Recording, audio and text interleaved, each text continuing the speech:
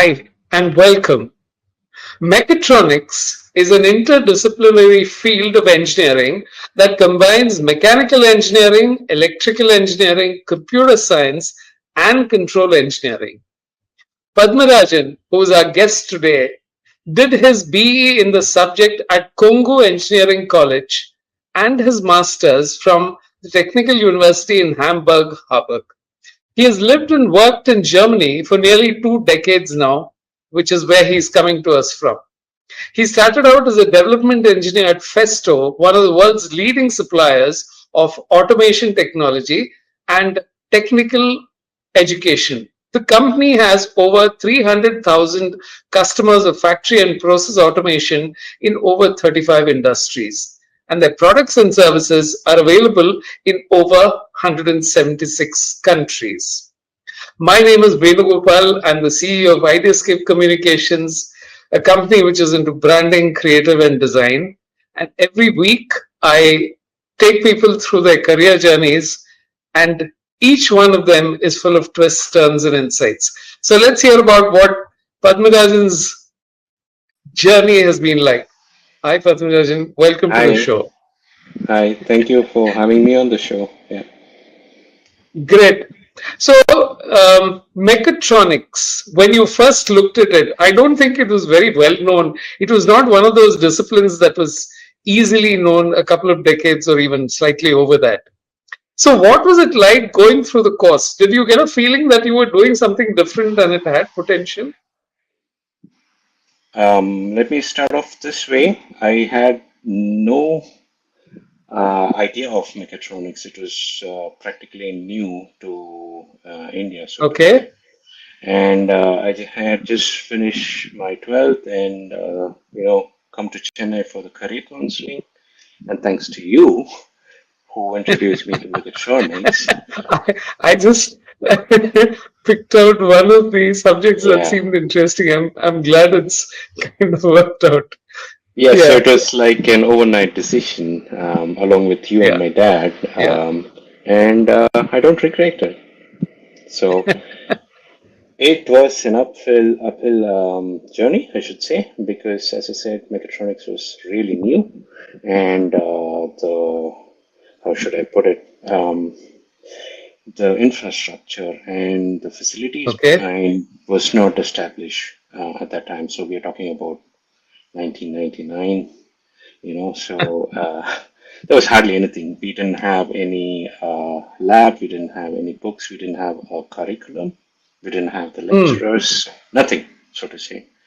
But it also kind of pushed us to, research more, find out what exactly we should be learning.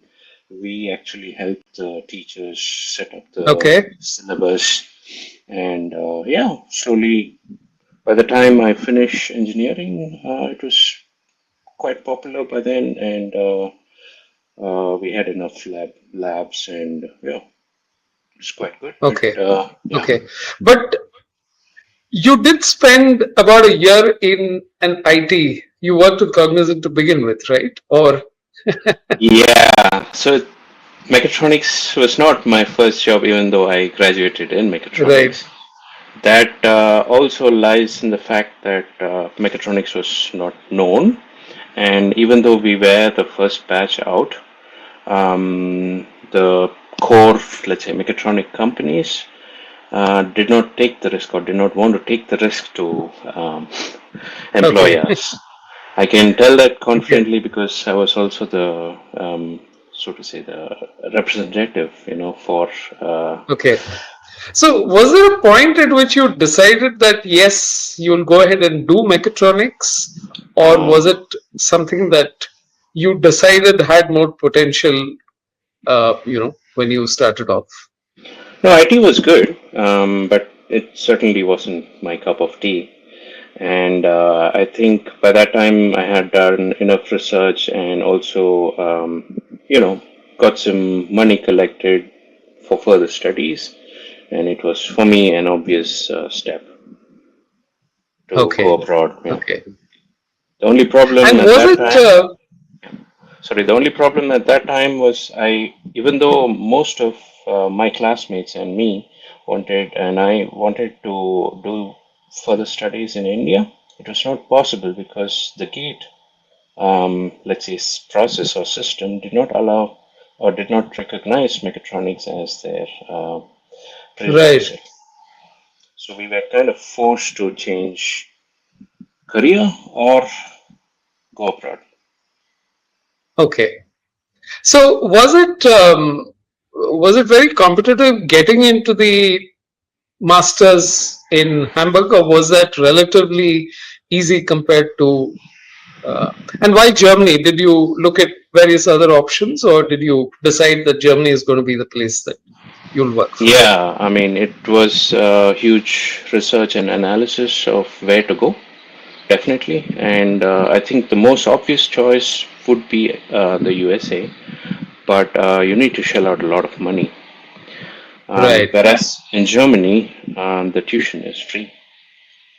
So Right. you just pay for the administrative effort of these people here, and rest is free. So you just need to make sure you have enough, money for your daily Hmm. requirements, your rent, and such things. And Right. most of the things are subsidized for students. So, and Germany at that time at least was at their peak in terms of mechanical and mechatronics Right. engineering. Right. Yeah, so for me it was an obvious choice to come to Germany. So, did the worry about culture, the fact that Germany a couple of decades ago, all of those things, did that make a difference as to, you knew you'd have to make huge adjustments when you didn't have previous experience of living in the country, or, what that culture was like. So, did you go into it with a certain amount of hesitation, or were you prepared to say, Apprehension. okay, let me? I mean, the fact that I took the risk of, going for mechatronics gave me the confidence that, okay, I mean, come on, I took a risk, pretty big risk in the world of engineers. I mean, normal electronic engineers, computer science engineers, and doctors. So I think it's just a little more riskier step to Yeah. travel to Germany. Lots of apprehensions, but I also had in the back of my mind that I'm pretty good at learning languages, so that Okay. will be a huge advantage. Okay. And the medium of instruction was English, right? You didn't Yeah, have a problem with that. yeah, Yeah. yeah, yeah. So that wasn't an issue. So, It was an issue. Partly it was. For example, my favorite subject was robotics, but the lectures were in German. okay. It had advantages and disadvantages, of course. But Okay. the professor was lenient enough, to give the Okay. exams, to let us give the exams in English. So that was okay. Okay. Yeah. So you must have found a stark difference between the university in India and in Hamburg, right? Because in terms of how, or was it very different here? You were almost instructed, you were given a subject to study, and you had a very clear sort of guideline of what to follow, whereas that involved a fair amount of being a self-starter, right? Or Yep. Yeah. So you are uh, you are set to, let's say, ground zero, and then you start up okay, again. So you are given set of stuff. You're given the basics, and then they give you lots of exercises, projects, and things like this for you to apply. So application is what they concentrate on, unlike in India where you, yeah, have sometimes mix of both.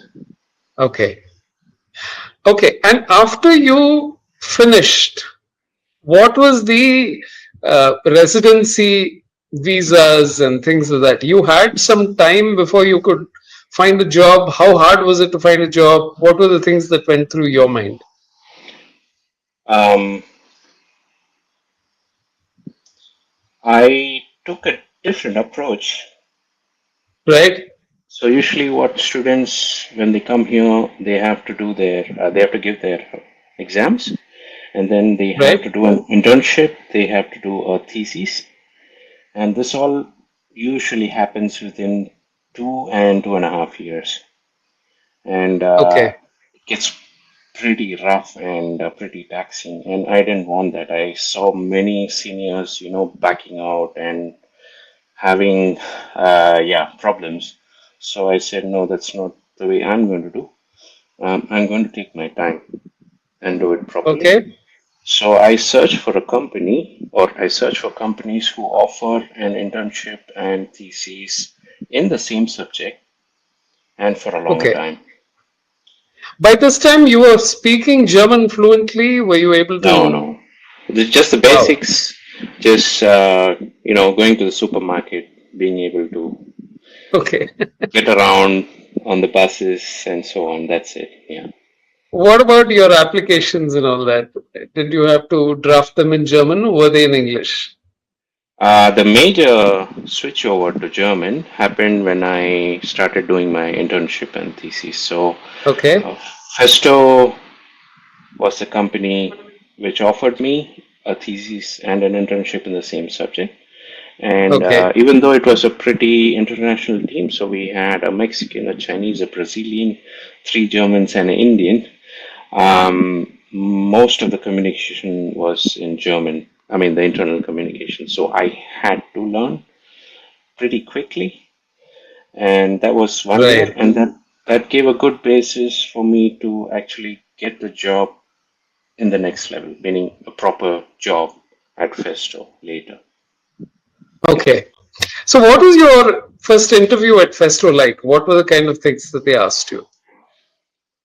Uh, they had a kind of pretty good idea that I was the right candidate anyway, because It because they was were so long looking. ago that Yeah, you yeah, you've actually been with Festo since 2007, 8 or so. What is the? yeah. 2008 as a proper employee, and 1 year before that as a student. Yeah, Wow. So that's a nice long stint yeah, because you really get to know the culture of the company. You get to know yeah, what the company is like.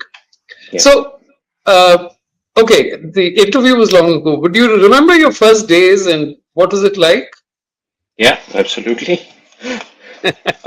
So the first day is um, quite challenging and quite intimidating actually, because you go into a huge open office space of about, let's say, 70 to 80 engineers, Okay. German engineers. At that time German engineers were like gods, so to say, and half of them over 50 years old, so they're like proper German brains.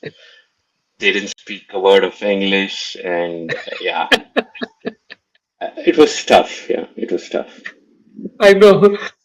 I've had a couple of guests on the show who said that they went into a factory environment, but then those people were speaking. One of them said Gujarati, and the other had Hindi. They were essentially South Indians and had to learn Kathiawadi or Hindi, Yeah, very quickly. yeah, So I think what you're saying is that this is not just the language; it's also the culture because it's not the yeah. same kind of people at all. So, what was your survival method? What did you do in order to win them over or work with them? Pretty simple.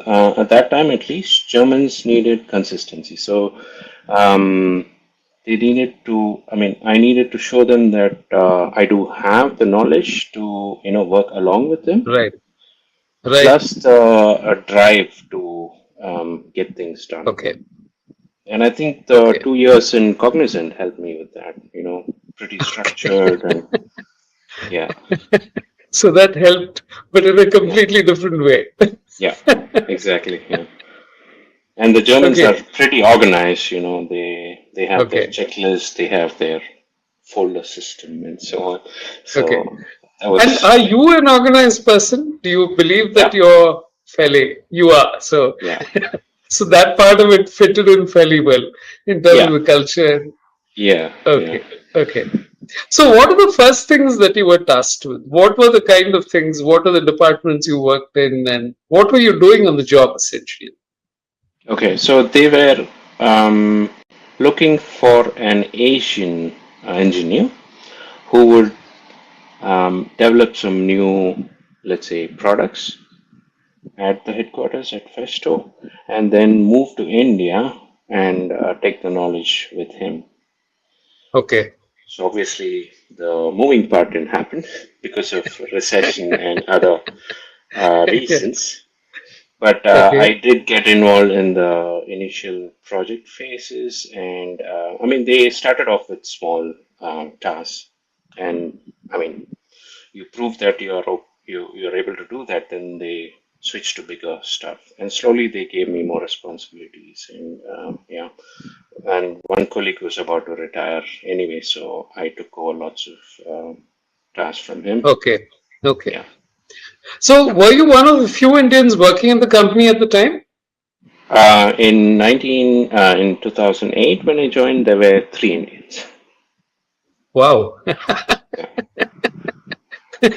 That really is. And are there more Indians now in the company than there used to be? Yeah, A yeah, lot I more? guess 35, 40.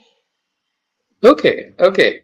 So in some way, I think you help to improve the image and of yeah. I think that it's amazing how much of pressure there is on you to deliver because almost as if people will make their assumptions based on their interactions with the few people that they meet. For Yeah, example, you go into a new country and you meet three people who are rude to you, you'll think the whole country is rude. that's it. So Right. You're absolutely right. it's actually quite weird as to the amount of pressure that when you're pioneering or just getting into some thing early on. But in terms of this is one question that keeps coming. In terms of salaries, is it something when you compare it with people back in India and stuff like that? Is it something where the salaries start off and what are the potential for growth? Yeah. So I had offers from Bosch as well. Okay, Um, well, let me put it this way. Germany works in a different way. You can't have a direct comparison with India. So in okay, Germany, you have the criteria or aspects like what kind of company it is. Is it an MNC? Is right, it a family-run business, or is it a very small, okay, garage type company? okay. Then you have the aspect of what kind of company in terms of technology. So is it electrical? Is it mechanical? Is it bio? Is it service oriented, and so on?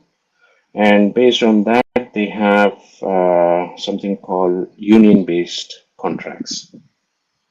So Sorry, what contracts? union, What the workers' union-based council. contract? Yeah. Okay, okay, So okay, they have a pretty strong hand here, pretty strong okay, hold, and the union negotiates and comes up with contracts for the employees. So they have lots of okay. tiers, and based on your experience, based on your education, based on your skill levels, they put you in different categories. And for those categories, there is a basic pay Okay. across. Okay. I mean, anyone in that category gets the same pay, and There's a what basic on pay. Okay. yeah on top is what you. It depends on you how well you perform in a year. Okay. So the appraisals happen, and then you get the extra, let's say, bonus from the company. And the unions negotiate with the companies, let's say, almost every 2 years or 3 years.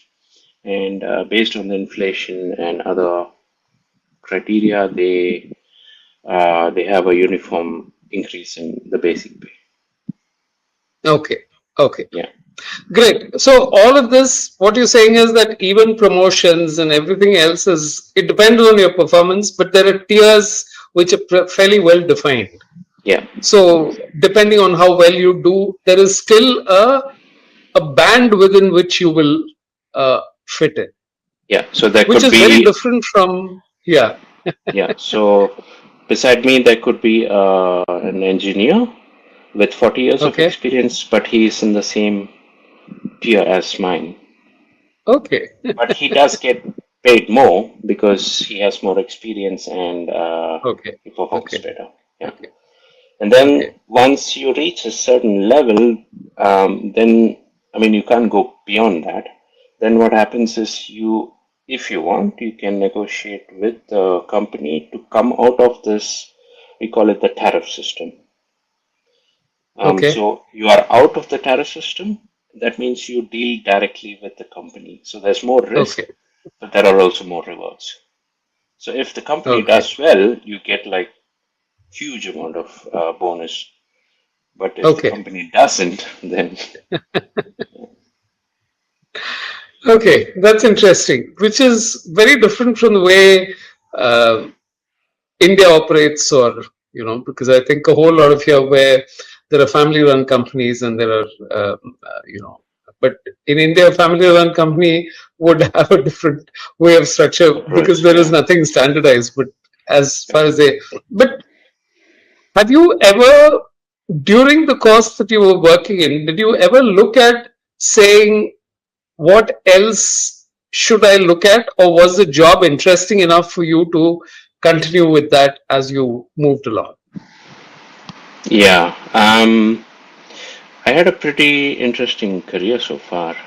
It started off Okay. with pure development, and then it was 50% product care. So, I Okay. mean, you have established products or systems which you need to maintain. So that's called product care. It's a total different thing than pure development. Okay. And then product development gives you lots of insights and experience for the processes in the company. You get a pretty huge network because you need to deal with Okay. everyone in the chain, and you need to be patient. It teaches you patience Right. because you're doing stuff which is boring, which is frustrating sometimes. You need to deal with Right. complaints. You need to deal with production stops. You need to deal with simple changes Very like true. label changes and so on. But it gives you pretty, let's say, pretty good base for the next step. Right. And then came another interesting aspect for me. So I have been trying to, um, implement the idea of having an extended development team in India, Festo India. Okay. Okay. So, and I'll come to that, yeah, Raju, because I just yeah, want to make the standard announcements and then, come sure, back to you. sure, yeah, Okay. I'm talking to Padmarajan, who graduated in mechatronics from India and then did his master's in Germany and landed a job at Festo. He had an option to go to Bosch, but he ultimately decided to join Festo.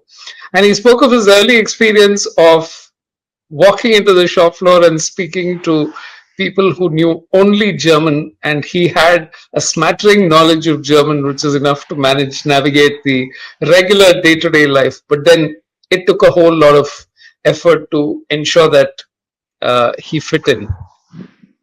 He says it helped that Germany is very organized, that the factory environment was very organized, so you could find your way around if you were organized, which he says he is.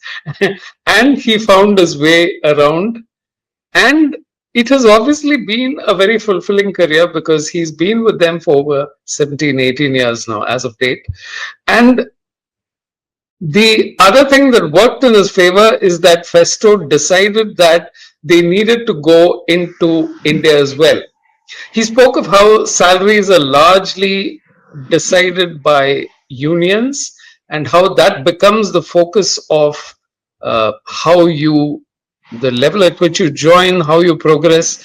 Performance, personal performance, professional performance already obviously makes a difference.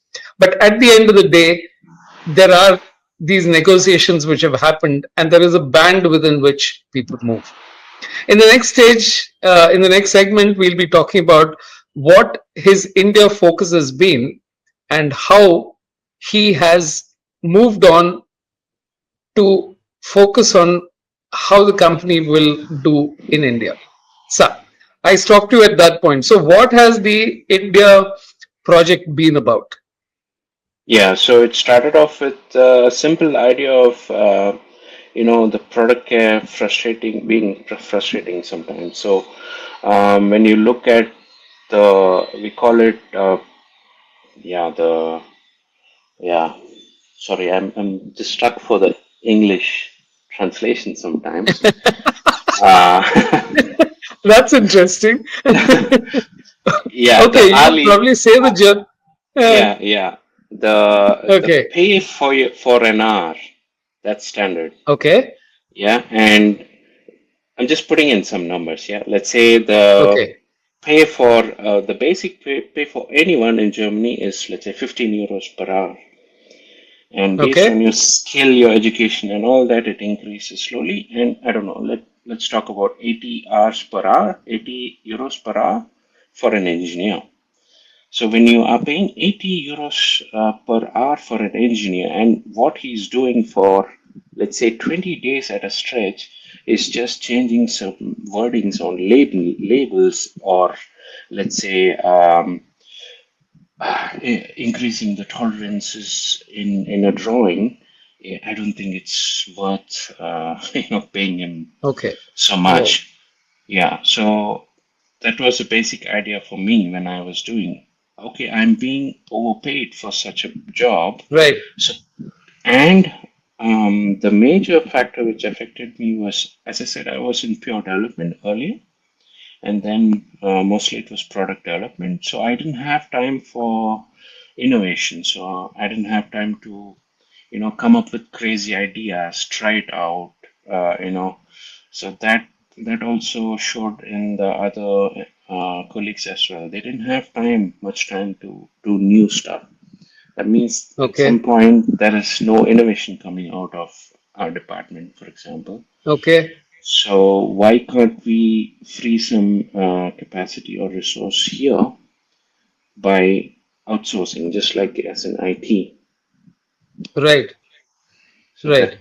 that was initial Okay, idea, and okay, I kind of convinced them to try it out with my own projects. So I told them, okay. look, I know the culture there. I know the Right. some of some of the people there. Yeah. I know the language, and And you know exactly how they function and you know how to get work done. yeah, I know you Yeah. guys. I know how you guys work. I know the Festo system. So it's just Right. a win-win situation. So let's try it out. Okay. And that's how we Okay. started it out in 2022 with something called Technical Engineering Services. So we have a Hmm. bunch of engineers in Festo, India. They're pretty good, Okay. well qualified. And what we do is, let's say, an engineer here wants some time for himself to do some new stuff. So his Right. existing projects, he gives me a packet, as we call it, work package. I I evaluated if the engineers in India have the skill for doing such a job. I Okay. transfer that. I give them very detailed instructions on what to do, and we together we take part of the whole package. We solve it or we finish it, and we get back to the colleagues here. If they are satisfied, then we finish the entire package, and then we deliver. Okay.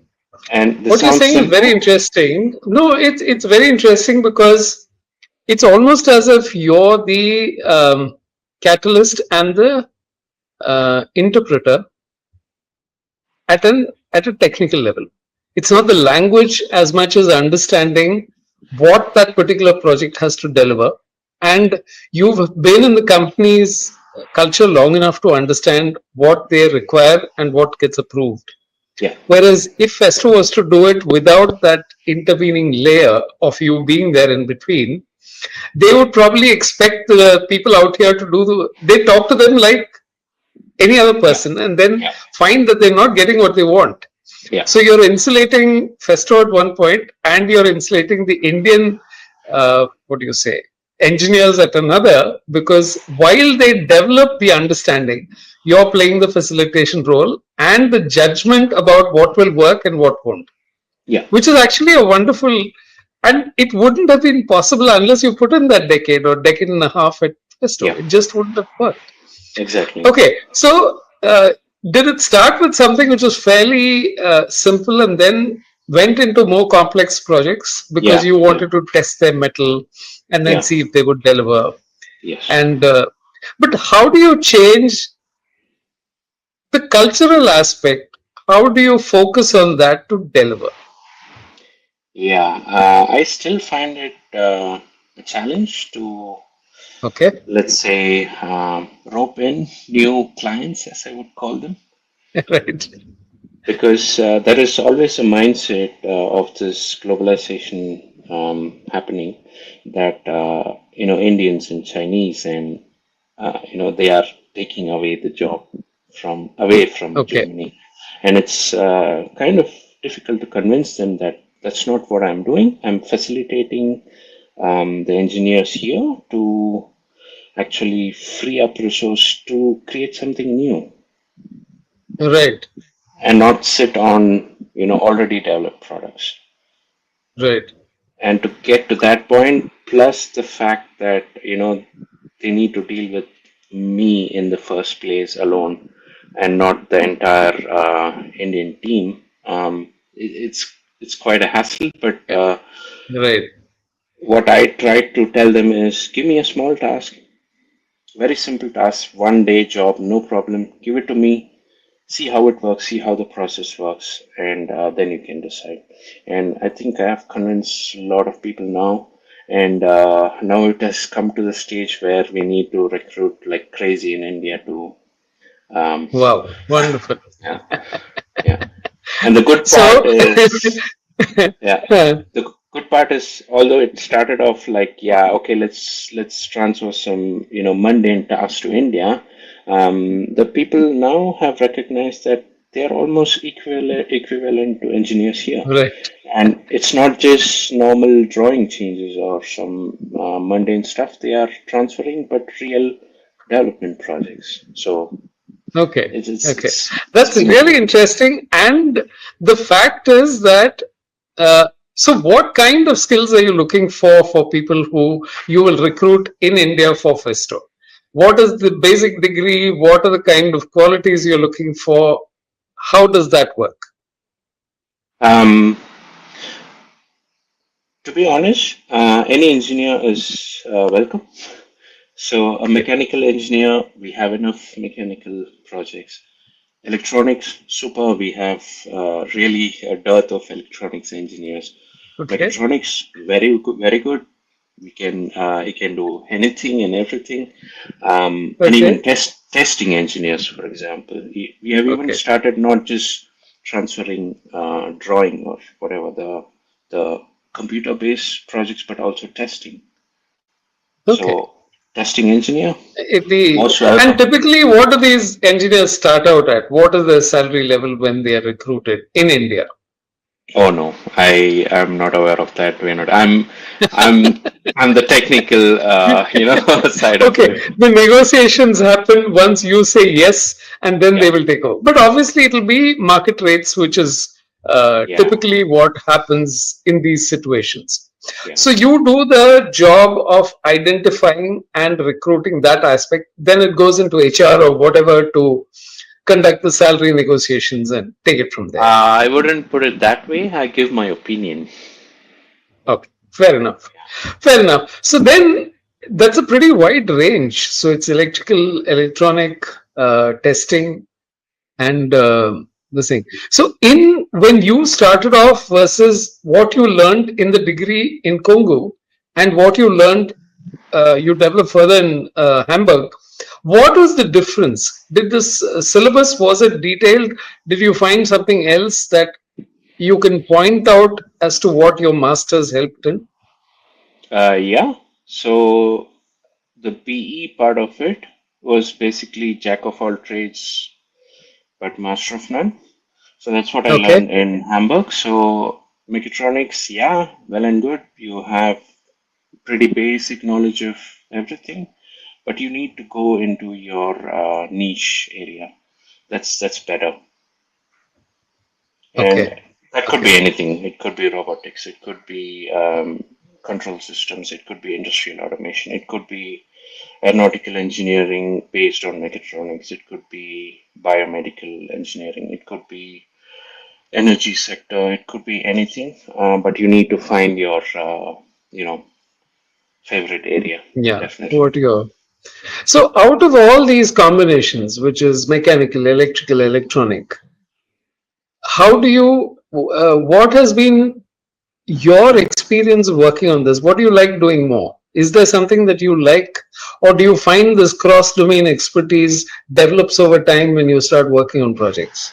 Yeah, you do find the cross domain experience, and that's what I would also advise to any newcomers or youngsters to take the cross domain as their career path, and not just Yeah. a very niche or very focused area that's going to be tough to come up in. But how do they do it? In the sense that if you're doing mechanical engineering in India, the project would then be, let's say, even your first year, second year, third year, fourth year, you would do projects in mechanical engineering or, one particular aspect of your course. The cross domain part, how would you advise that they select things across in the years that they do? So let's say, what would you suggest in year one project, year two project, year three, year four, for example? Mhm. Simple. You cannot avoid the cross-domain function when you are Okay. working in any project. So the knack is identifying which ones are interesting for himself or herself. For example, I mean, I could list you a lot of cross-domain functions like um, control systems, actuators, sensors, and these days application of AI or ML in projects. So these are areas which touch almost every project, Every area. every product, Okay. every area, and identifying those, meaning identifying is it interesting for you? That's the difficult part, but it could be done if you do a couple of projects in different domains or different areas. I don't know, work for a food industry, food and beverage industry, see how it works there. Go to automotive and see how it works there. And if you find a common link there, that's your Okay. career path. Yeah. Okay. Okay. Great. So for everyone listening, I think this is the second time that I'm having a guest tell me with such conviction that it is not the time to be focusing just on one domain and believing that that is okay. The more domains you know and more you know about the points of intersection and how they deliver value is where your entire career is going to focus. So don't worry about AI taking over your job because No. I get tired of having to say this all the time, but cross functional domains are still in their infancy, and can have a 40-year career Yeah. path, which is very easy to the thing if only you focus on that bit. Okay, Yeah. I just have to take that break again and then come back to Okay. it. Yeah. So I'm talking to Padmarajan, and he spoke about how his experience at Festo panned out, what are the various things that he looked at, and how he grew within the company, and how he suggested that India could be a very important, uh, you know, growth area in future. And as he put it, he became somebody who facilitated the move into India with small projects to begin with, and then he says that he's recruiting left, right, and center in terms of engineers for whether they're electronic, electrical, mechanical, anything. But the question is also that it is no longer about a world in which you know only one aspect of engineering. All of these are coinciding, all of these are converging at some point, and it is important for you to know exactly how to navigate each one of these. Like he said, probably in your first year, do a project in a food and beverages company. In the next year, go to an automotive company. The third, go into a manufacturing company. So by the time you've finished 4 years, you actually have a sense of completely different industries and where your expertise is going to work. So anyone who's looking at buying those projects to get marks, please stop doing it, because I think the important thing is to actually learn. And finally, let me also, in the last segment, let me talk to Padmarajan about what does it take to succeed in the mechatronics. What has he seen as one of the important drivers in the mechatronics field, and where does he think this is going? So, what is your take? Um, Instead of looking at it that way, let's talk about the how should I say, areas or branches. So you have robotics, you have industrial automation, you have instrumentation, you have aerospace, space exploration, Right, you have LifeTech, as we call it here, or medicine, biomedical engineering. You have right, entertainment is a big sector. You have right, agricultural automation, and you have transportation, which is also pretty big. So when you look at all of this, again, I come to the point, the the aspects which span across all these industries. So focus on that rather than the sector itself. So okay, so you take control systems and you can't avoid it in any sector. You have to okay, apply control systems in robotics. You have to apply control systems in anything that moves or you know right, does right, something. So that's how you have to approach. And once you have that idea, start off small. Start off researching about it. You do projects about it. You you have lots of options, unlike what we had when we graduated or when we were trying to find our career path. right, You have so many platforms. You have so many options of getting in touch with experts. So use them extensively to gather their right. opinion, find out the trends, um, and see if that's something interesting and if you can apply the cross domain or the focus area to that instead of just focusing Right. on one sector. But if you are focusing on one sector, that's not bad. It's just that you might get how should I put it? You might be surrounding yourself with walls. Yeah. And I think what you're also getting into is that this is a time of a lot of change. And while, India itself is primed to get into a huge manufacturing expansion because it's now looking to compete with China, it's looking to compete with a whole lot of other people who are also coming up. And there's this, apart from cross functional expertise, there's the merging of cultures that happens because people are also now moving between countries a lot more than they used to. So I think one of the things that they have to understand is that you have to be a lot more sensitive to cultural nuances and understand what you're letting yourself in for, Hmm. apart from whatever you're doing on the job itself. Yeah. But I'm not sure that young people today are considering all of these things because, as far as they're concerned, they just worry about, can I get into a job? They're not considering a direction as much as saying that if the company comes and recruits, I'll get into a company and then I'll figure things out.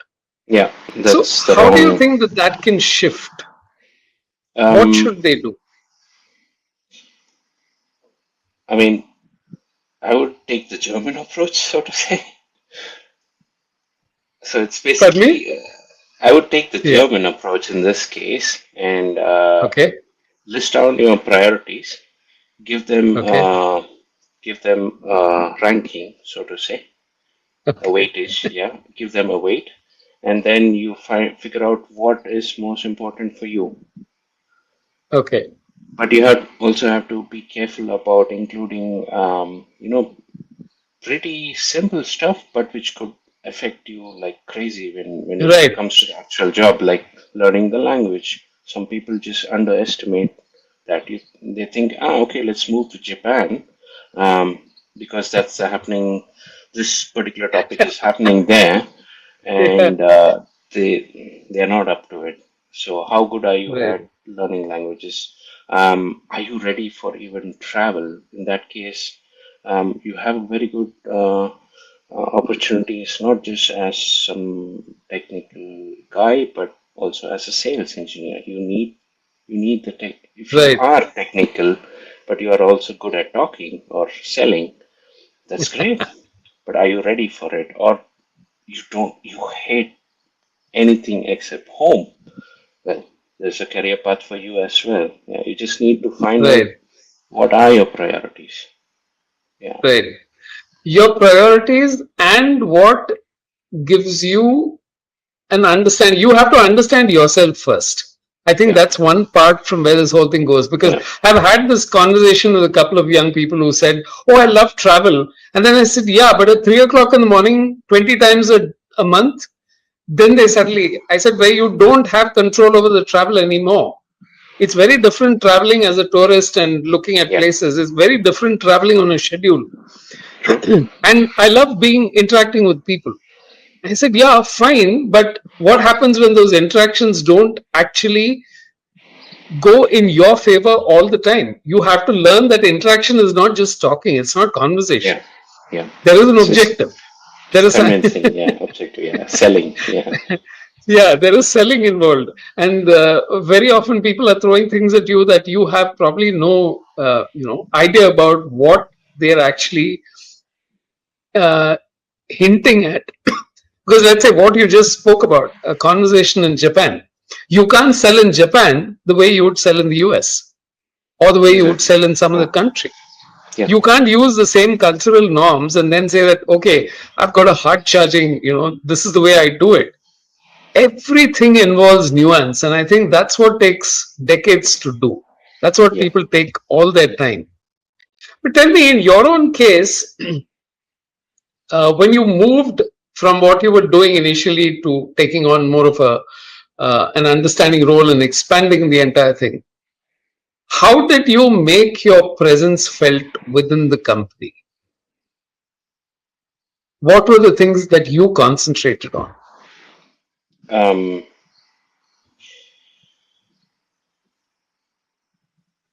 I I focused on, let's say, splitting uh, my job into three aspects. So Right, one is the technical part of it. So I am engineer. I right, want to do some development job. Am I good right. at it? Second part is, am I able to, let's say, communicate or get the message across? So am I able to be yeah, I wouldn't call myself a manager, but yeah, a facilitator, as you said. Okay. Yeah, and the third aspect, which is probably most important, can I um, can I handle the Germans? Right. Yeah, so it's it's Yeah. it's it's it's a seesaw or a good movement between these three aspects.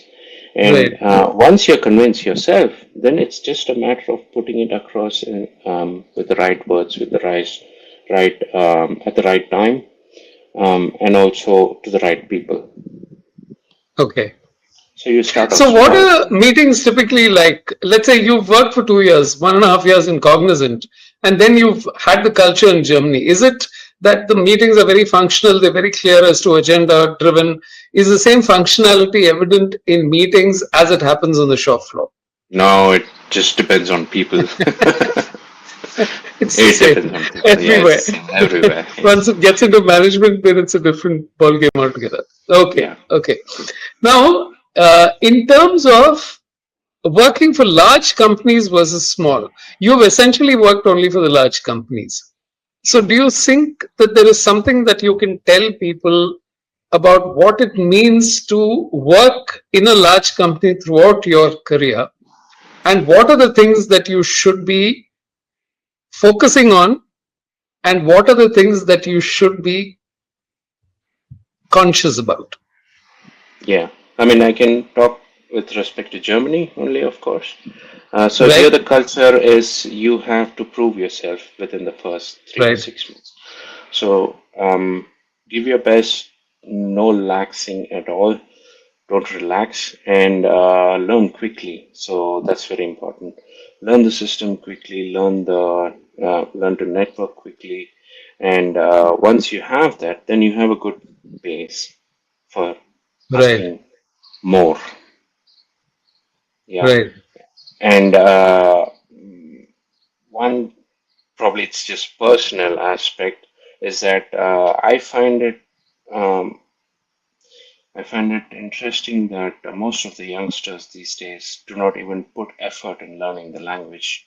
They expect that such a big company should adapt to the, let's say, global requirements of having everything in English and all that. That's fine. It's true as well. The earlier a company switches to English in all aspects of their work life or work processes, it's better.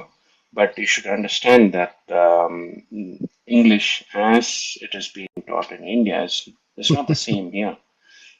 okay, And people hesitate to talk English, not the youngsters, of course, these days, but you know, right, I don't know. Not all villages have English teachers, for example. So right, it's going to be right, difficult. So if you are able to adapt to their needs, but also be an asset in terms of, okay, I can talk English, I can facilitate you, I can help right. you with whatever you need. I can help you with coordinating with China, Mexico, whatever. So that's one aspect. I think the youngsters discount these days. Yeah.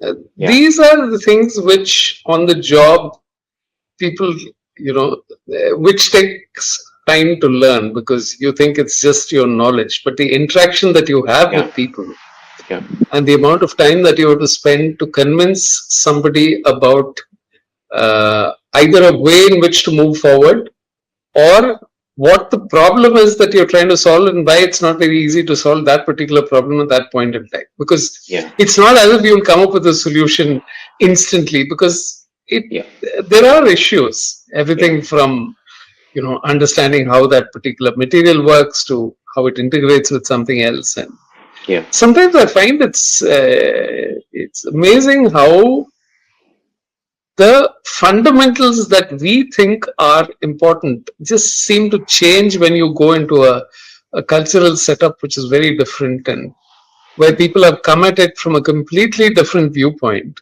hmm, And even in something as simple as food, because which is why you find people who get into a particular job, like you mentioned very clearly, language, it's important.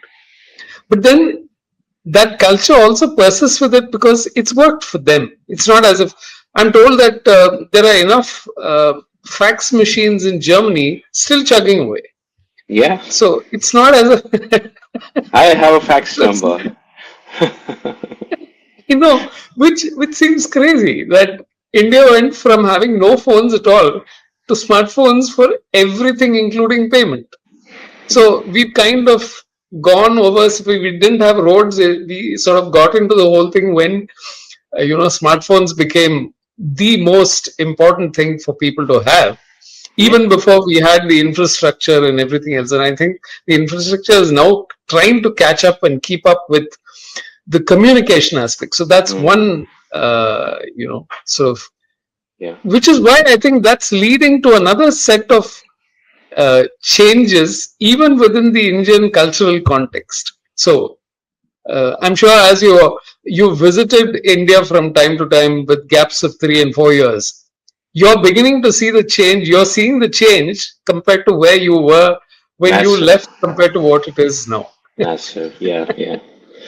Sometimes I feel that I'm I'm a Neanderthal. Whoa.